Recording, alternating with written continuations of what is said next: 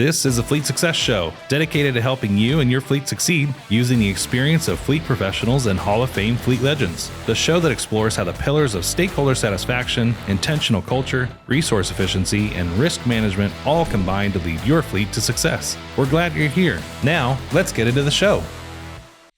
Okay, so not very much M&R savings, right? Which is, was kind of sad when I saw that because I was like, oh, this is the thing. And I'm just going to call this one out too, because this is the first comment I know we're going to get. Yeah, but you don't have to pay for oil and you don't have to pay for an air filter. It's like, yeah, but you still have to replace the cabin air filter and you still have to replace, HVAC components and all that. It all exists. And in fact, recharge that air conditioner. In a Tesla, the fan runs all the time. All the time. I don't know if you ever walk by, but like our VP of sales we talked about, he drives a Tesla. You always think he left his car running and you're like, oh wait, it's a Tesla. It's just running, non-stop. Yeah. I see the same thing happen. It scared me once overnight. We had a car in the garage and it's like, what's that noise in the garage? And it was the car cooling itself off, essentially. You're in Arizona. Like, this is something we deal with, guys. Okay, so let's look at this. 5 years overall. Right. You have the conventionally fueled vehicle. It depreciates $4,200. Mm-hmm. Another conventionally fueled one, this is the Trax, depreciates $9,200. Compare that to the EV, right? So, the Bolt EV over same 5 year period will depreciate $22,000. It's just massive. I mean, 22,000 versus 4,200. Right. Even 9,200, right? Like, let's be fair here. 9,280 with the Trax, which is kind of more comparable to the Bolt. Yeah, and that's fine. The Chevy Volt depreciates $16,000. Mm-hmm.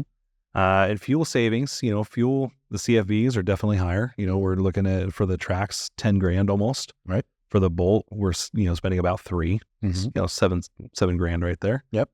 M&R cost, a little bit more expensive in the Trax, a little less expensive in the Bolt, by about $2 grand. Right. Call it. So $2 grand, $7 grand, that's $9.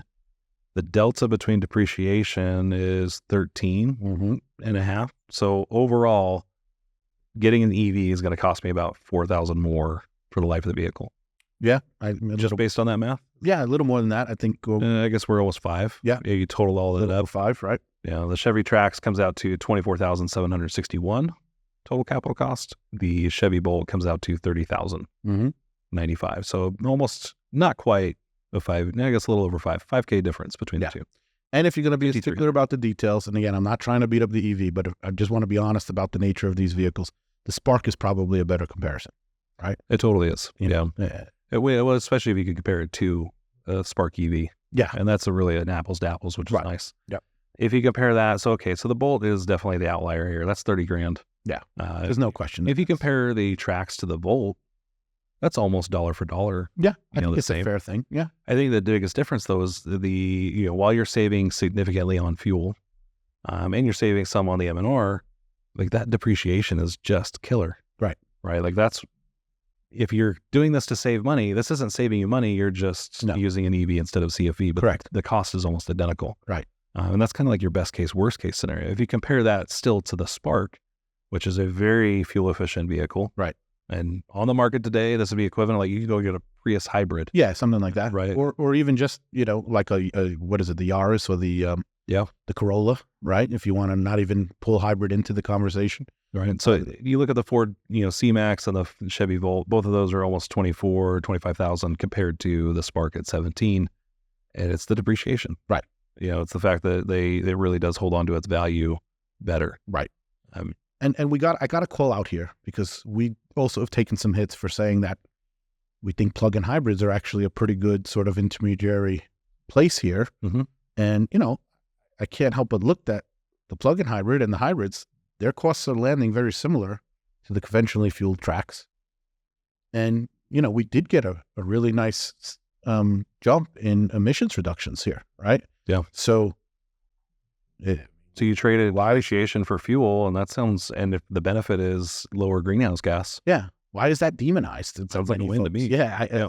That's the one that makes me scratch my head the most when for some reason, some of the evangelists demonize plug-in hybrids. I don't. If it's not battery EV, it's not EV. That's what I've heard. Right. That's what I've been told. If it's not battery, it's not EV. Like plug-in hybrids are terrible. They're atrocious. Yeah. And when you consider most folks won't go beyond the range of those plugins in their normal commute, I just don't get it. I think it's a really great option, actually. It's a good extender option, right? It really if is. you need to go a little bit further in the range, That's where the hybrid comes in. Right. If you're not quite ready to flip over the entire fleet to EV and install the infrastructure that comes with that, because that's a cost we haven't even talked about. Yeah. But if you're not quite ready to do that, then the plug-in hybrid is a great intermediate. And even if you are ready to do that, but you just want to get started right away, like one of the problems that we run into when we're advising fleets is you cannot bring in that first EV without the infrastructure to charge it. And if you do so, it's to your own peril because you're going to end up increasing the size of your fleet. It's a whole thing. But with a plug-in hybrid, you can order that vehicle today. Yeah. And not worry about when the infrastructure is going to get in, right? I mean, obviously you want it to get in sooner, but when you build it, you'll be able to use it when it's built. Right. And you can get all the gains of the efficiencies, right? So it's like hybrid. Yeah. So again, this is a no-brainer transition plan as far as you and I are concerned. Yes, it really is. Certainly much easier. Okay. All right. So comparing this, 15,000 miles per year, comparing the Spark versus the Spark, right? These are both LTs, CFE versus a BEV. Right. MSRP for the conventionally fueled vehicles, 15,000. But the battery electric's almost 27,000. And that's the big significant difference. Right. When that vehicle's sold, right? This is a 15,000 mile per year. So this is more consumer grade. More consumer grade. Yep. The conventionally fueled vehicle will keep about 22% of its value. We'll sell it for $3,300. Right. Overall capital cost, right? Which is again, the delta between what I acquired it for and what I disposed of it for. Right. Comes out to 10.6.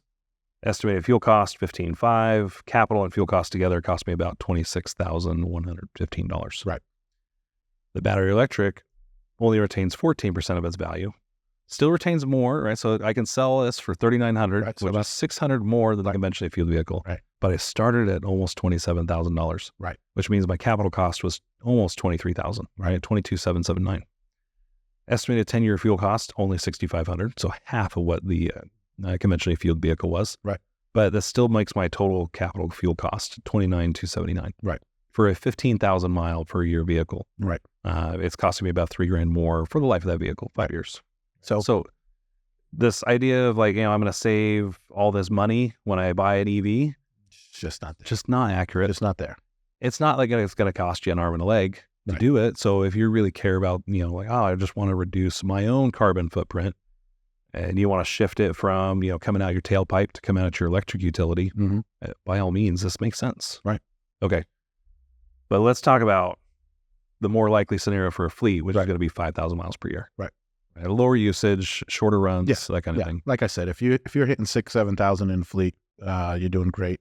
Again, there are vocational fleets that maybe that it's going to look much more like that consumer use. So we put them both. Now they will hold on to their value more, right? But we noticed that the Spark CFV retains 50% of its value. Yeah, pretty much. Whereas the battery electric only retains 30%. Right. So the capital cost alone, $6,400 versus $18,616. Right. So that's almost a $12,000 delta. Fuel cost, $2,100 versus $5,220. Again, the more you drive an EV, the more it makes it worth it. Correct. But fleets don't drive their cars as much. So 5,000 miles means you're not capitalizing on all the savings an EV could give you, which means that your overall expenditure for 5 years. This is the same model. Yeah. Right? Just the last one was a $3,000 difference. Right. By driving it less, our capital cost is $20,716 for an EV. $12,745 for a battery or for a conventionally fueled. Right. Right. So that comes out to an almost identical $8,000 delta between the two. Right. Where are you going to make up $8,000? Exactly. And so, on both of those slides, we put kind of this hypothetical where let's pretend you never had to do a PM for an EV to try to see like where are some places we could make it up. Right. I mean, if you're only driving, to your point, the less you drive it, the less fuel, but also the less M&R. Right. Yeah. So where are you making this up? It's not in PMs, even if you don't do any PMs on the EV, which again is bad practice. We're not saying that, but we wanted to kind of try to be fair here. Are we, because obviously we understand that for many folks, the attitude is, well, you should never need a PM for an EV because the onboard computers will tell you when something is wrong or, some thought of that nature. Tell your lawyer you said that. Let's see what they say. Yikes. But anyway, we're trying to be fair. We're trying to, we're trying to position this in a way where we've considered the angles of reasonableness, right? And so hopefully, folks, that's coming across here. Yeah. So, but even if you cut out your PM schedule, let's say you cut it down to like 1 per year instead of doing 2 or 3 per year, right? All you're cutting out when you talk about the the actual oil and parts, the oil and air filter, I mean, maybe $100, maybe, depending on the price of oil that day. Right. But, the time that you save, maybe a couple $100 in inspection cost. Right. Depending on your fully burdened labor rate. Well, in this case, right, let's say you're purely outsourced. So you're paying, let's say you have no deals and you're paying retail. So let's say you're paying $100 for that PM, which I think is a fair number. That's cheap. Right, which is if cheap. you go to the dealership, like Ford, charge you $250. Oh yeah, $300 for it. So again, I'm trying to, what did you save? $1,000? Yeah. $2,500? Like, you're not making up the $8,000. Like, I don't see it. I know if you get into a crash, fine, but that's totally different. That's your insurance. We're not, just to make that clear, right? It's tough to make it up. Show me the money. It's not there. It's not there. It's not there. Okay, let's keep going. Oof, this is a busy slide, so I'm just going to apologize right now. There's a lot of data here. You can pause it here if you want to and just read all the data. Right. What we're trying to show is just the delta between the actual cost of, like a class group 1320, well, these are NAFA class codes, I'm assuming. Yeah. Right. So looking at the auto that's compact, a sedan that's less than 8,500 GBW, typical CFV, $30,000. Mm-hmm. EV alternative, well, it's only three of them worth $33,000. Mm-hmm. Yeah. Some of them were going to do better. Yep. Yeah. But if you jump down to, I don't know, pick a line here. Yeah, maybe pickup trucks. You got your extended cab, 3/4 ton extended cab for $35,000. Well, it's a cheap XLT. I mean, it's a work truck, right? But even then, if you get the Lightning Pro, like this, the base level Lightning, it's $70,000 truck. $7,000 truck, yeah, without the frills. Yeah. So, Chevy does the same thing. I know they're like the Chevy, whatever they're calling their Avalanche, the Evalanche, the Silverado EV. Yeah. That's totally just an Avalanche, guys. Come on. It is, but I got to tell you, I rented one and the thing was freaking awesome. But it's what convinced you to buy an EV. It is. That was awesome. I won't lie. It drove around like a little compact SUV and it was this big truck. Yeah, but you're just looking at Chevy Blazers, Ford Lightning Pro SSV, right? I mean, you're talking 70, 55,000. Police Interceptor Hybrid 62, right? And every one of them is just a little bit more expensive or a lot more expensive. Yep. And very rarely will you see it flip the other way. Well, it's actually more expensive to buy a CFV than it is to buy. It happens. Yeah. But yeah, that's basically it. And what I want to call out on this slide is in this case, we were working with a fleet organization that was only interested in OEMs, which you could at least understand their position, whether or not you agree with it. Yeah. They're thinking, okay, if I do aftermarket stuff, who's going to service it? How do I train my folks on it? And by OEMs, we were talking, Ford, right? GM and Stellantis. Yeah. Right?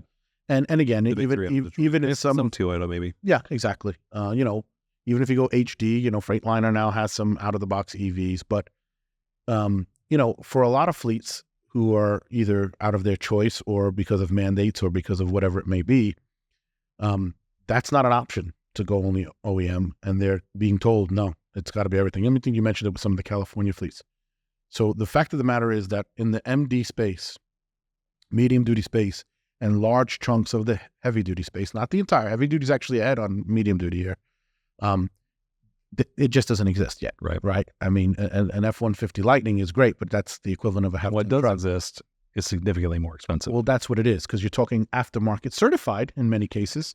Yeah. But you're talking someone took a chassis and ripped it apart and made it into an EV, right? And you're seeing, dramatic differences in the costs of these assets, right? Like 4X. Like 4X. And even when it's not 4X, when you look at it from just a dollar amount, the impact on your plan is going to be huge.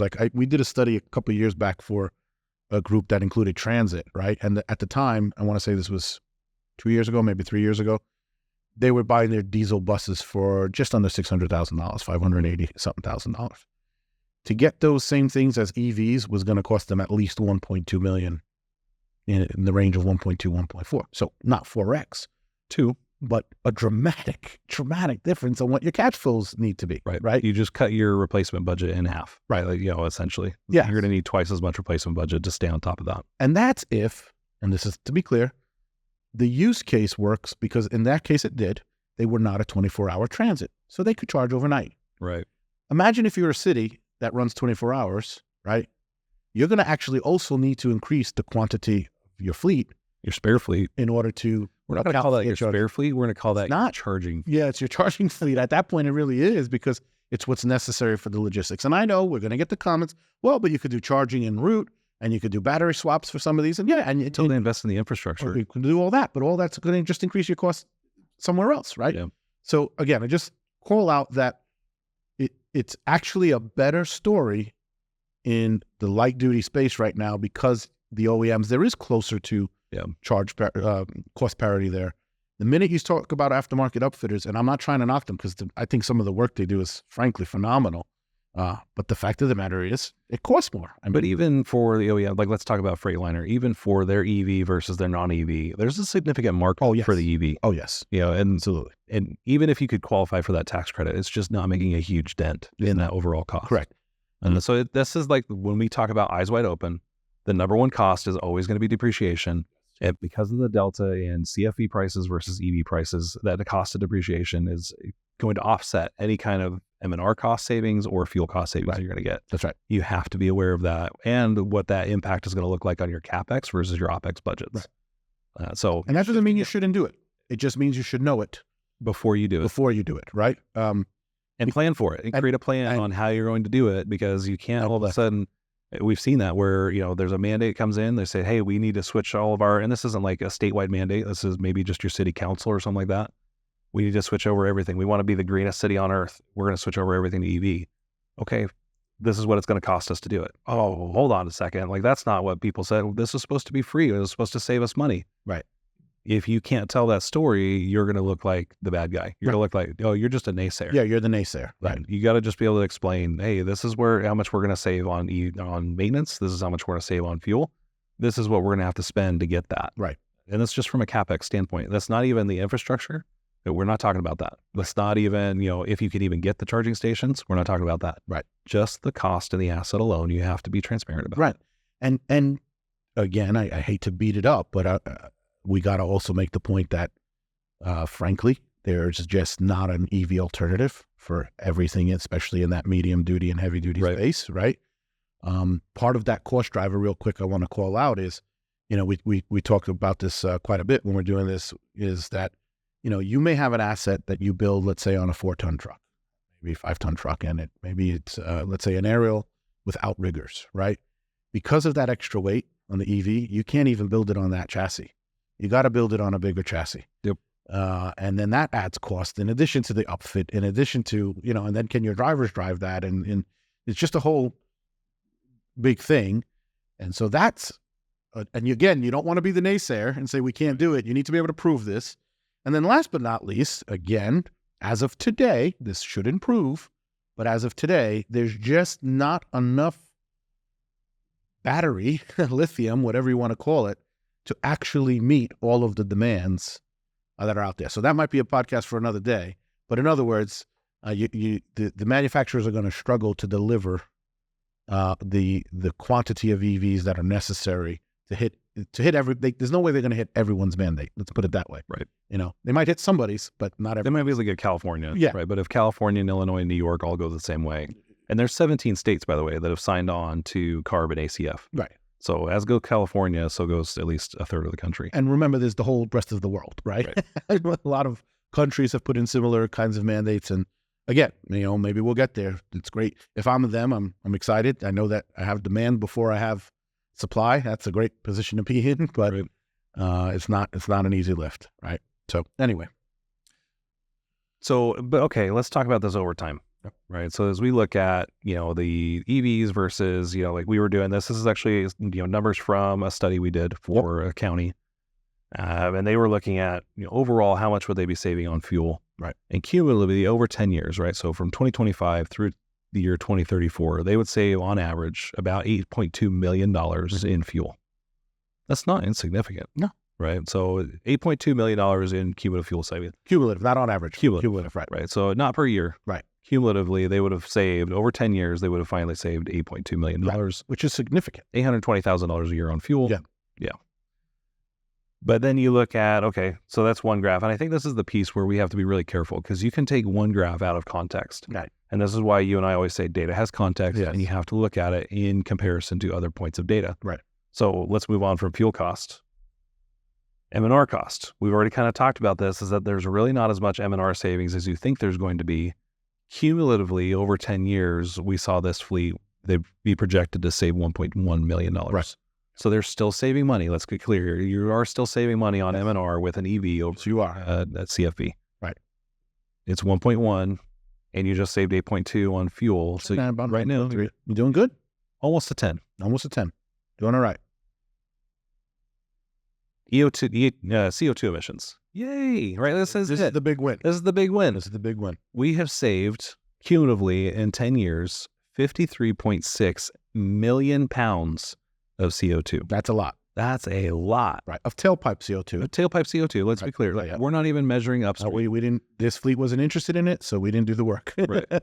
We can clearly show that you're going to reduce tailpipe emissions this way. There's no question about it. Better air quality to breathe. Yes. This will have an impact. Yes. And if we could, honestly, if we could come up with some good sort of thinking and design around where we put our electricity production, right? I mean, if we can drop them in the middle of a jungle, for example, this would be a complete win, right? Because the trees would love it.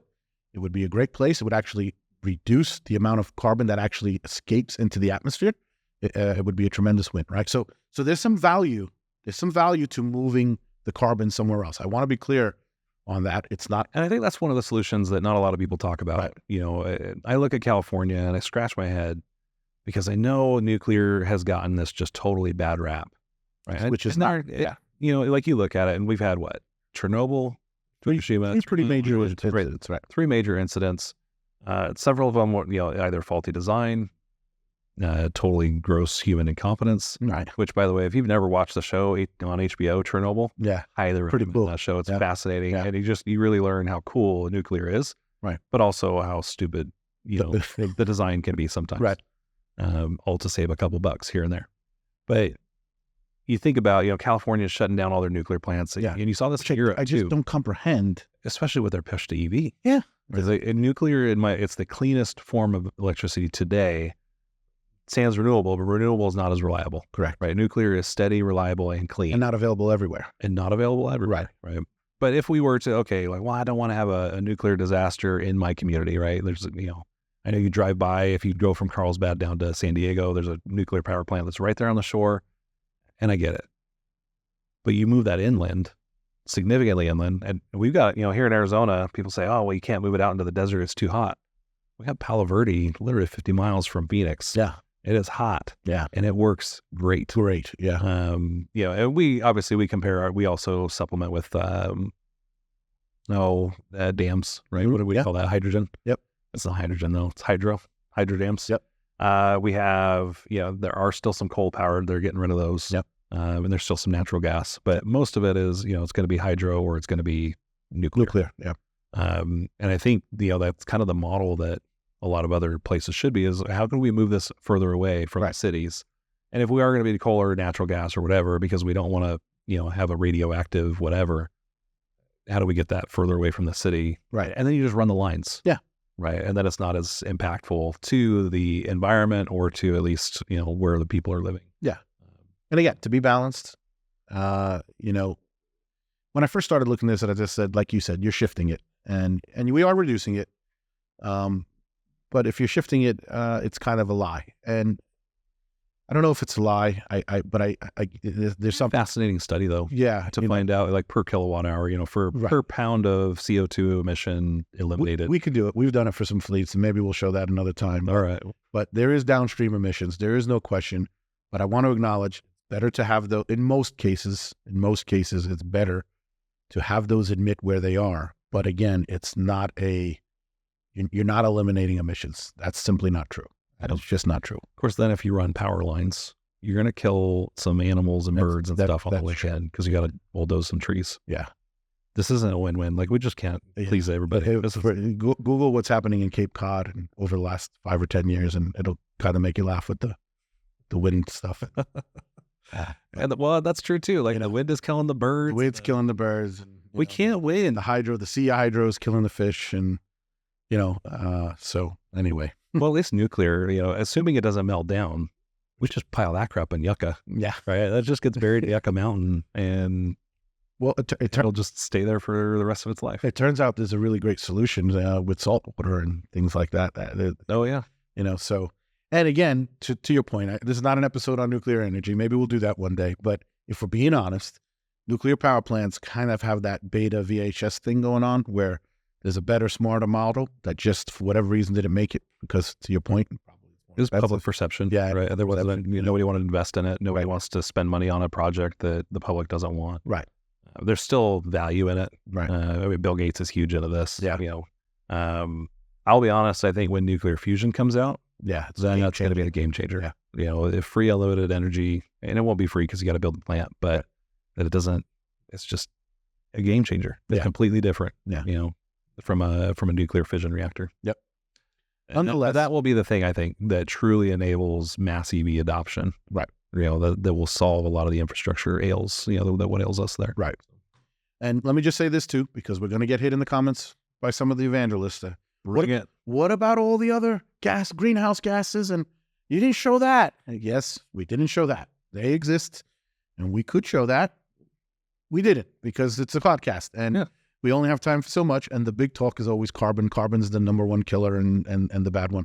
You can show those, and I think that that's a fair point, right?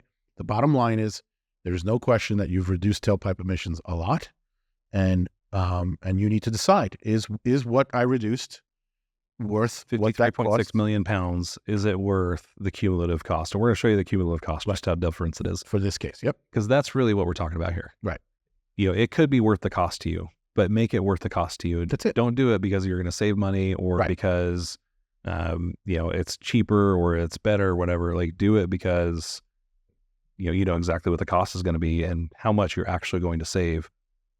And don't give me some BS about, oh, this is zero emissions. It's not. Right. Be really clear about what that delta is. Exactly. And make that decision. Yep.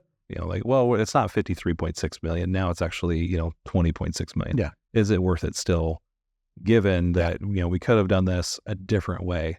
And I think that's when you and I get hung up on EV mandates and stuff like that. Yeah. There are options today that are not EV that could have the same impact for $20.6 million. Yeah. Somewhere along the line, the mandates changed from reducing greenhouse gases to adding it's all about EV fleet count. Yeah. That's very troubling to me, right? Because I'm actually, you can Google me. You can go check. I mean, I was one of the first people around to introduce biodiesel in New York City as far as using it for a transportation fleet. I would love, I jumped in on hybrids right away. I was an early adopter for all that. I've been accused of being a greenie. So I'm all for, trying to improve the environment and make sure we take care of our earth. I think we're obligated to that. But why all of a sudden the mandates don't care about that, right? It's about, we just want to make sure all of our vehicles in our fleet are EV. Something's off there. Oh, great. Now here comes Marc. I'm going to get in trouble. Here we go. All right. Let's move on because show me the money. Speaking of money. All right. I got too honest there. Sorry. Right, so we talked about the EV versus modified capital costs, right?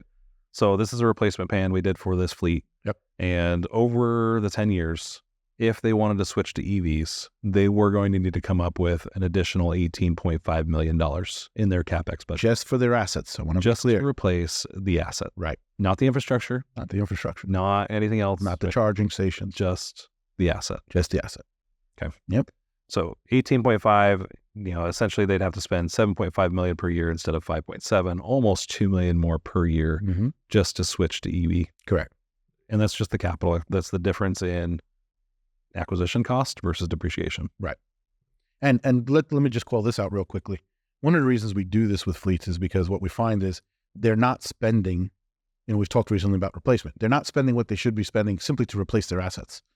So this jump is actually bigger. So yes, it's about $2 million difference for the conventionally fueled vehicle, right? If they were on track for their current replacement plan. Correct.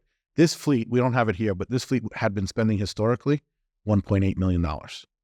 Okay, so the jump from 1.8 to 7.5 is massive for this community. Yeah. Massive,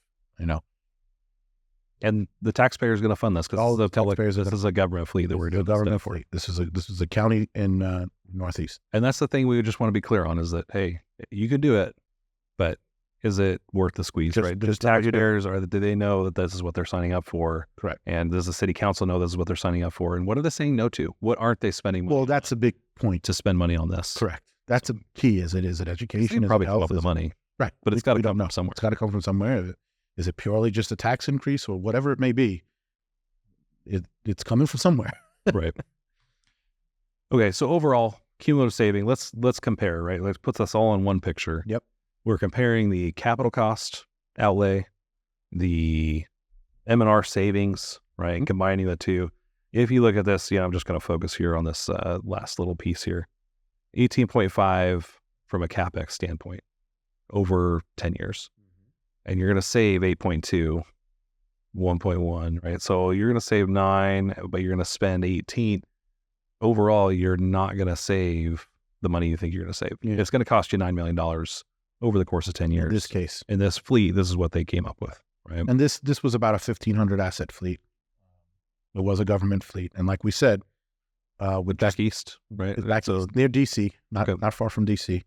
And it's an OEM, again, they're focused only on OEM, right? So this is only the assets they can replace with EVs because there's an OEM option that's light duty and all that. They weren't looking at remarketing. If it was, a heavy duty vehicle and it didn't have an OEM, EV option, they didn't even consider it. It went out the window. Correct. So this could have gone up. Oh, this would have been dramatically higher. Yes. Okay. Yes. So I guess bottom line here, Mark, right? This is kind of the end of our slideshow, but the bottom line is, we want you to consider EVs. We want you to look at it. We just want you to look at it eyes wide open. That's it. Do the research, do the homework, start getting the plans in place to get chargers in your fleet, work with your utility companies, get it going because it's not going anywhere. Right. It's going to keep coming. You just got to figure it out. Yeah. We're going to have to figure it out. And, as my good buddy, Chris Schaefer always says, right, when he's not telling me that I don't know my butt from a hole in the ground, he's often telling me is that, hey, we shouldn't let perfect be the enemy of good. And that's true. And a little bit of progress is better than nothing. And this is true. Right. Right. So, but you just have to make sure that, is this the best use of taxpayer funds? Is this the best use of corporate finances? Right. Is there a better way, if net we could save, 20 million pounds of CO2?